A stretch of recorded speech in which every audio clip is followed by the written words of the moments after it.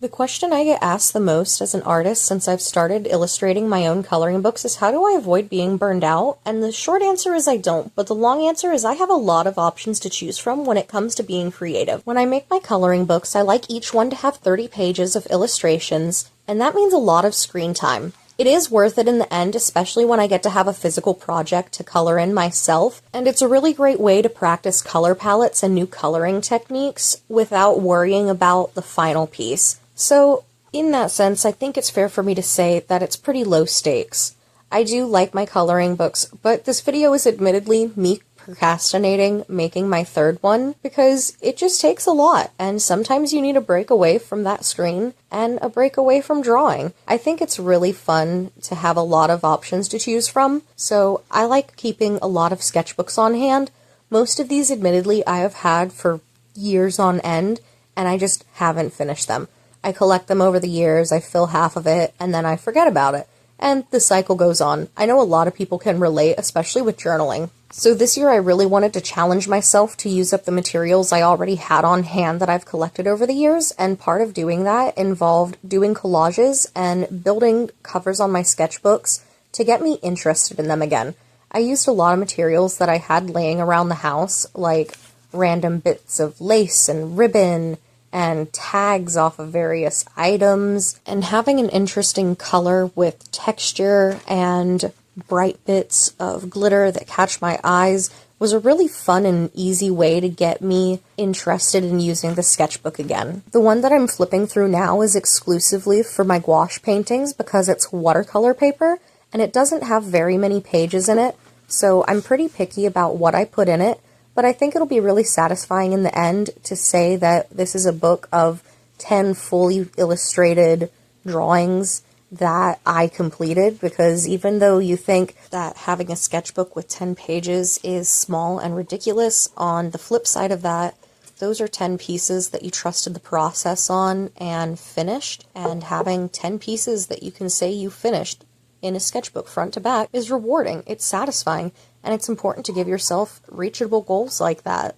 I also just think it's really fun to experiment with what you have on hand and really push the boundaries of what you're able to do. Expressing your creativity can come in all sorts of ways, and it's important to do that on a regular basis. Creativity is like a muscle that you have to train. You have to do it regularly, and you have to practice and be repetitive with it.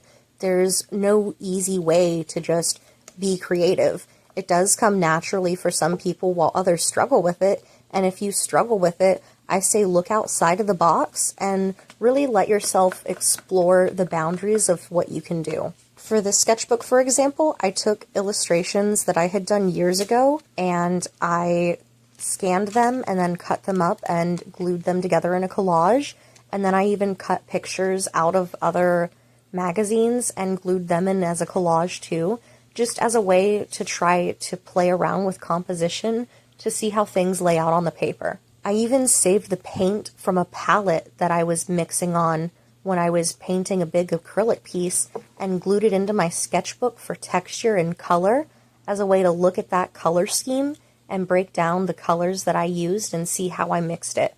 And another one that I like to do is save the napkins that I dry my brushes on.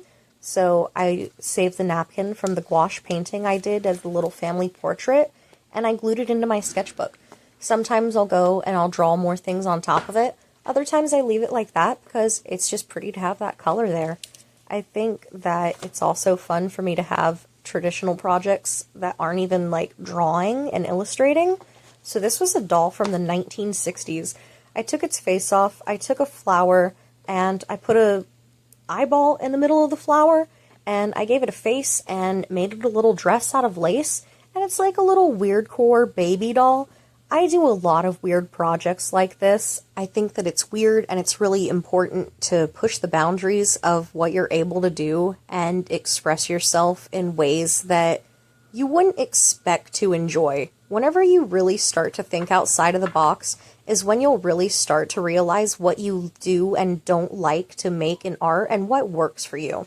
It's taken a lot of time, and I've had a lot of help from the people around me, and I finally have a collection of art supplies that I really like using and feel right for me. Gouache is a given, and I was really excited that the Jaime Gouache came out with this spray. It's to moisturize your palette, and it also helps prevent mold growth, which is something that had been an issue in the past. And of course, for coloring and illustration, the Ohuhu markers and Micron pens are a great duo.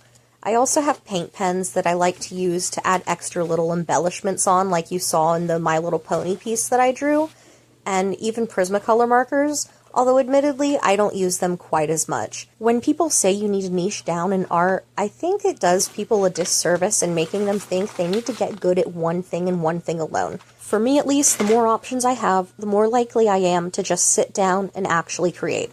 And in my opinion, that's what's most important. So let me know if you agree in the comments below, or if you think having too many things to choose from is going to be too overwhelming. Thank you so much for watching, and don't forget to subscribe. See you in the next video.